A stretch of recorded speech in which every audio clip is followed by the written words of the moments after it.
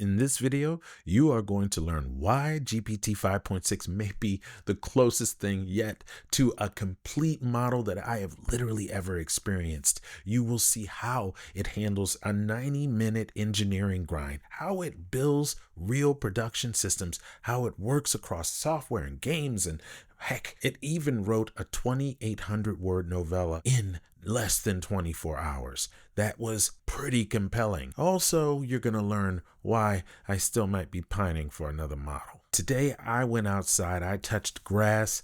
GPT 5.6 kept working the whole time I was out there. For roughly about an hour and a half while I was, out trying to go to Polsbo, this thing stayed buried in the finale studio, that thing that you're watching right now. This is actually a new program where I have something right here in front of me that is kind of my teleprompter, and this over here is my presenting screen and everything. And I'm able to show you two things at one. You actually can't see the thing that I'm seeing, but this thing gives me hints and all kinds of cool things right in front of me. It worked on this problem until the thing was actually done. It does not merely answer, it grinds. My name is Ikel O'Hara, and welcome to Why AI Matters.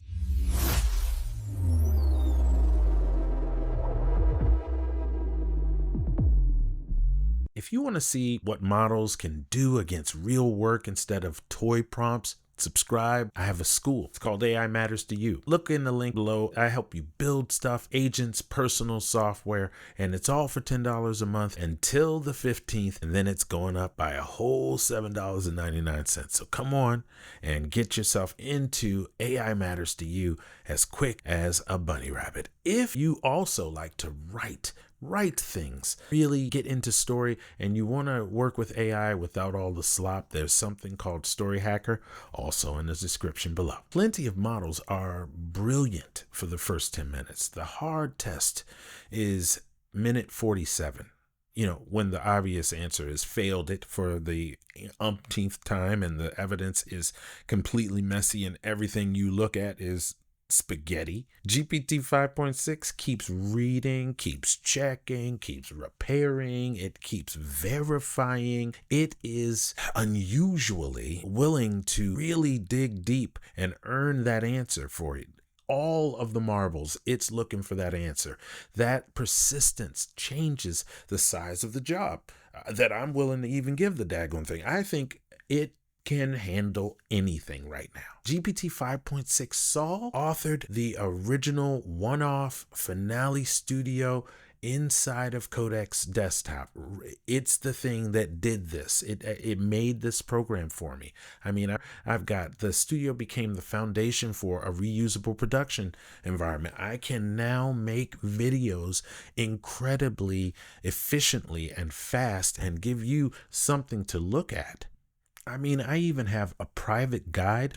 I have a synchronized audience screen so that you can actually follow along as I move through my script. It actually moves through the presentation. I don't even have to pay attention to that. I just have to pay attention to what's in front of me. And what is in front of me is you.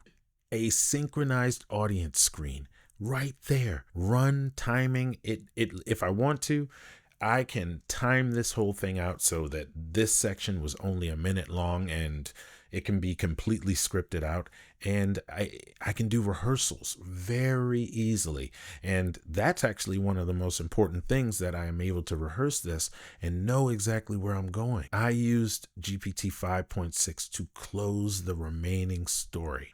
I used GPT 5.6 to close the remaining story and continue questions for this book called Bootstrap, a book that I've been working on for a long time, just in the Jumpbox Origins series. Complete the entire novella because it was able to ask me comprehensive questions, really get in there and use one of my skills called 30 to Glory. And those 30 questions, it was able, and since it already had a bunch of stuff, it was really able to dig in there, get to the nitty gritty of this thing and complete the entire novella. All 15 chapters, 28,350 words, continuity held across a complete long-form project. It wasn't really filler or anything like that. It wasn't wrapped around some kind of clever paragraphs or anything. It was actual dialogue and moments and things like that that just took this thing to another level. It was another kind of sustained production job.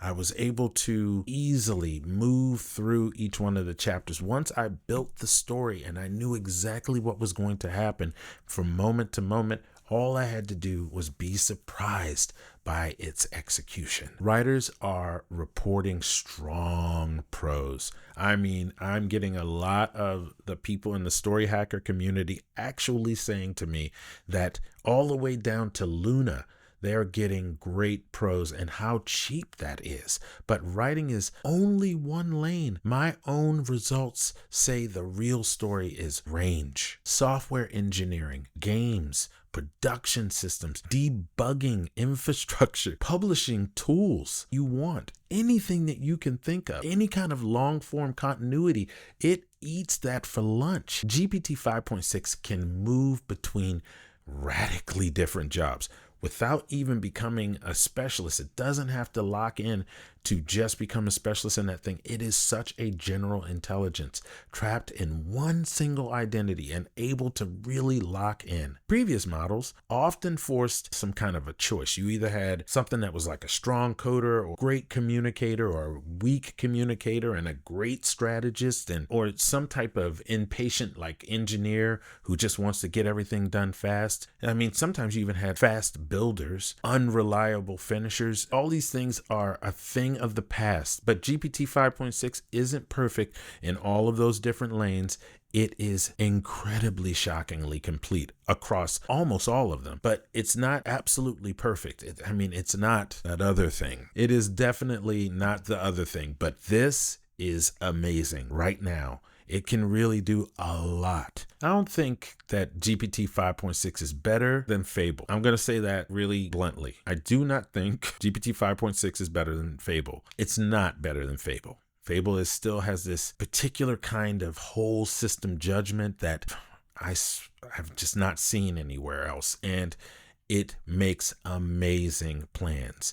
It sees the organization that is my organization and my life, and it organizes things to the point where I'm actually feeling the improvement all around me. But GPT 5.6 is really close to my idea of what a perfect general model is, what I would use every day to do all of the things that facilitate my life. If Fable is the executive sort of the one who redesigns everything with a big overall view, if that's really what Fable is, then GPT 5.6 Saul is the beast who will stay in the room until the machine runs. That GPT 5.6 is going to crank on that friggin' bolt and make sure everything is cinched down, and his car is going to purr like a kitten when GPT 5.6 is done with it. I mean, for goodness sakes, Fable can redesign your entire company. Believe you me, it can. But GPT 5.6 can run it. But there's something very interesting. It still needs permission. It needs boundaries and definitions that need to be done, because if you just give it vagaries, it will wander the wilderness and come back, and you're going to have no tokens left. Don't get me wrong, it's very efficient. You will have a lot of tokens left because it is incredibly cheaper than Fable 5. It still needs verification. Powerful model with a vague assignment, some kind of thrown out there prompt, and that's what I mean. Don't give prompts out. What I want you to do is talk to your agent. Don't just give them a prompt. Don't think that you're going to prompt or that you need to have some type of prompt engineering. They are smart enough to understand what you're saying if you say it in plain English.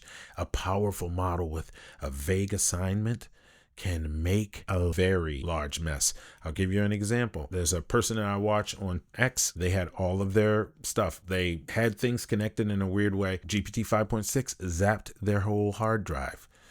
You got to be careful. Do not have it make a mess. The unlock is not merely access to GPT 5.6. The unlock is giving it real context and a job that is like worth to the finish line. Something like my finale studio. I built so much stuff with GPT 5.6. It is literally ridiculous. With Fable and ChatGPT 6, they were such a great compliment. I was able to take these amazing Fable ideas or specs and then run them into the ground with GPT 5.6 solve. It was for real. So GPT 5.6 did not answer my question. It just stayed until all of the work was done. Every single thing was done on the list. All I want you to understand is that you may not have access to Fable 5, but you do have access to GPT 5.6 solve. It is relentless. It will get the job done. That one, they want you to see, but I want you to see this one. So please like, subscribe, and I will see you all in the next video.